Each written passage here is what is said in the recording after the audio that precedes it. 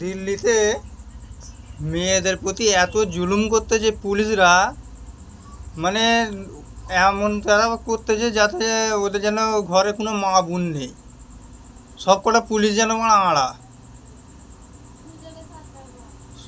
সুযোগে সৎ ব্যবহার করতেছে। আর এইগুলি কি সরকারের চোখে পড়ে না বল? মানে ওরা পুরো যেন কি বলে এটাকে, না রেপিস্ট নয়, মানে বেজন্ম যাকে বলে, যার মানে কোনো মানে বাপ মায়ের ঠিক নেই, যাদের মানে খানায় পড়ে জন্ম, তারা ওরম তারা ব্যবহার করে। যে একটা মেয়ের যে একটা সম্মান, সেই সম্মানই ওরা জানে না। ওদের ঘরে যদি মা বোন থাকতো তবে তো সম্মানটা বুঝতে পারবে।